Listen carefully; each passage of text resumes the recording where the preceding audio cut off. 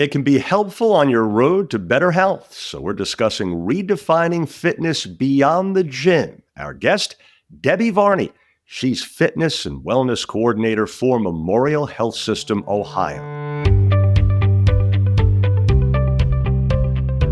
This is Memorial Health Radio from Memorial Health System, Ohio. Thanks for joining us. I'm Joey Wallen. Hi there, Debbie. Welcome. Thank you very much.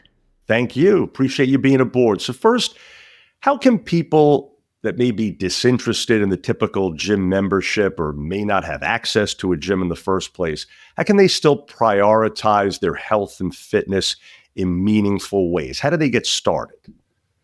Well, it's funny that you asked me this, or that I was brought on to talk about this, because every Friday I do a video for Memorial Health System, and I've done this for probably 5 years now, and I've started to move more towards quality of life. So that's the first thing, is we have to change the way we think about exercise. Let's don't even call it exercise. Let's call it quality of life. Everybody wants that. But what we have to realize is movement, any movement, will move you towards quality of life.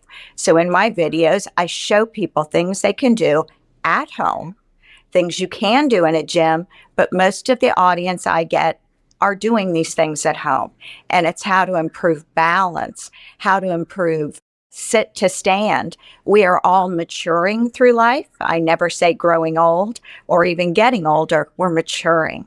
And when we do that, we have to change the way we look at exercise. So any movement we do, if we have the right forethought with it, is exercise.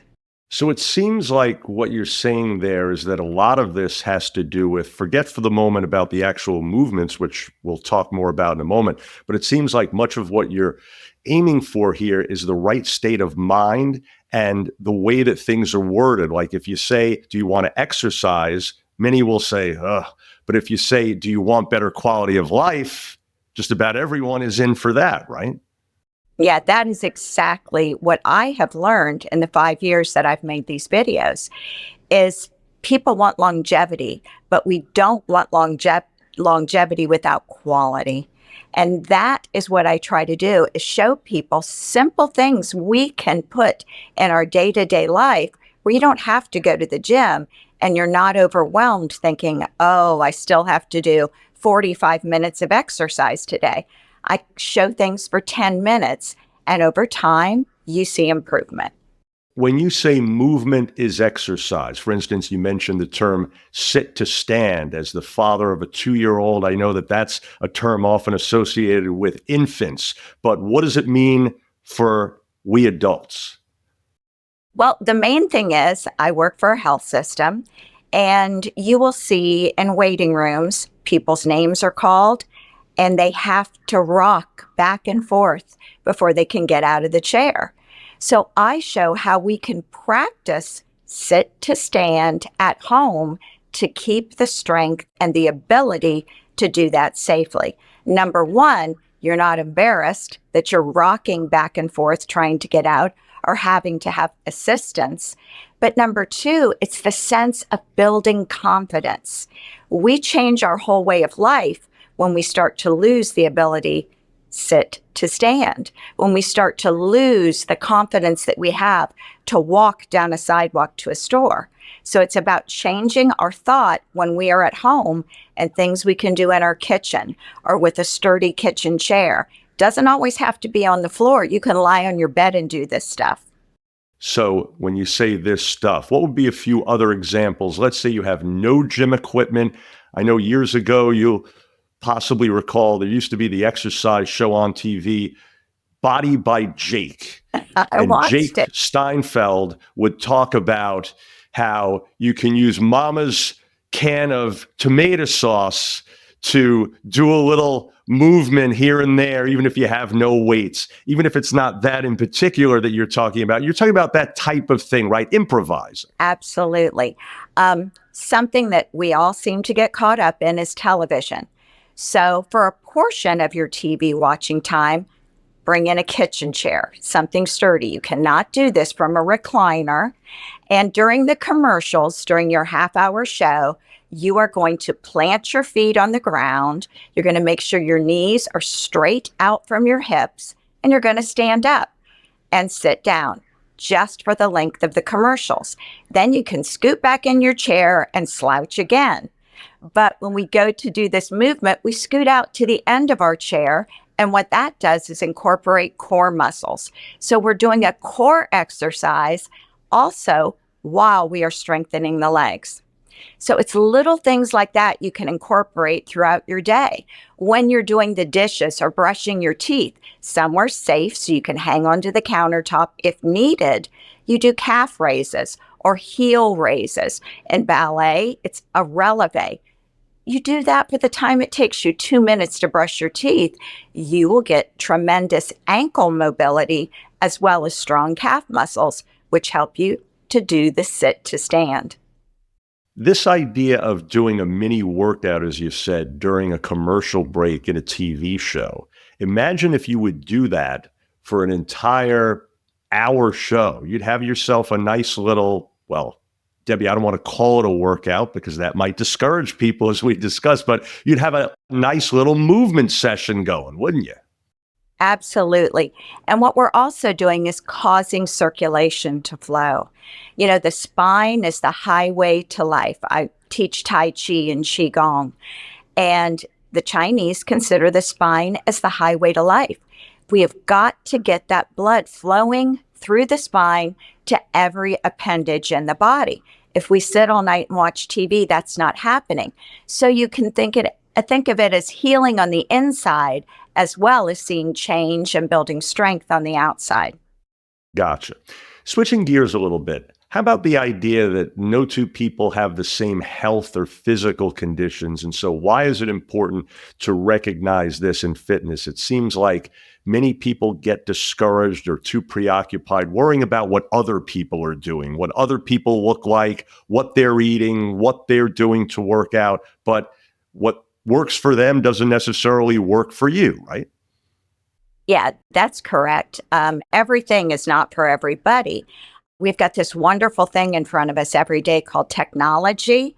So we can find every video under the sun. That doesn't mean we all should be doing that. We need to think about what are our physical limitations or what are our strong points? What do we have strength in? Start with the strength component. And then as you build more strength, it might be just core strength. I'm going to scoot out to the edge of my seat, lift through my rib cage, not my shoulders, and I'm going to gain strength in my core. And then I start working on the legs, and then I start working on the arms. So we don't get so overwhelmed that it is total body. Now, when we look at these videos, we have the tendency to either think, I can never do that, or we're going to think, I need to do that. And you might not need to do that. You might not be to that point. So we have to be very choosy, look through quite a few videos before you choose what to participate in. And always remember, modification is key. If you see something that you can do, you don't want to start out doing a full 20 or 30-minute workout. You want to start with 5 minutes today. And then tomorrow, add 2 more minutes onto that. But don't overwhelm yourself. Yeah, because overwhelming yourself leads to getting discouraged and giving up too easily and quitting before you practically even get started, right? Absolutely. And if you already have knee issues, you are not going to do squat jumps. We have to make ourselves aware at what should we choose? What's going to benefit us or what could possibly harm us? And that kind of comes down to finding someone responsible to talk to if you truly don't know what to do. When we talk about goals, you alluded to it a moment ago, so much is discussed for people that work out in a more traditional way, either at a gym or at home, in terms of setting goals, increasing them, meeting them, etc. What are some of the goals that people can keep in mind with your approach? You touched on it a bit by saying, start with a few minutes and raise it incrementally, slightly each day. But beyond that, any other tips for people to keep in mind in terms of what they're really trying to achieve here, short and long term? Yes. They do have to be realistic goals. For many years, we think we have to get in the gym for an hour, 2 hours a day. We have to do cardio, 30 minutes on the treadmill, and then it's another hour lifting weights. Well, that's not reasonable. It's not reasonable for really anybody nowadays because our lives are so busy. So we have to think in terms of goals as anything that moves you towards your aim or your purpose makes you a success. And we don't look at things that way.